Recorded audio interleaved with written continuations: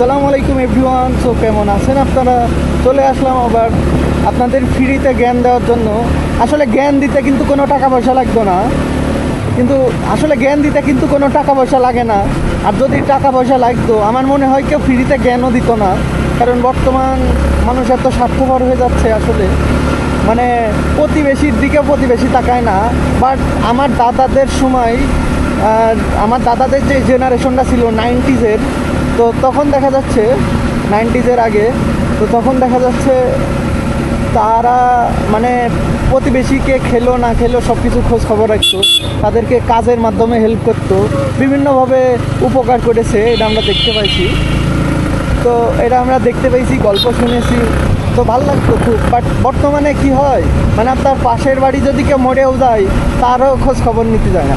দেখা যাচ্ছে ওর পাশের বাড়ির লোক মাটি দিতে গেল না, এরকম হয়ে যাচ্ছে সমাজটা।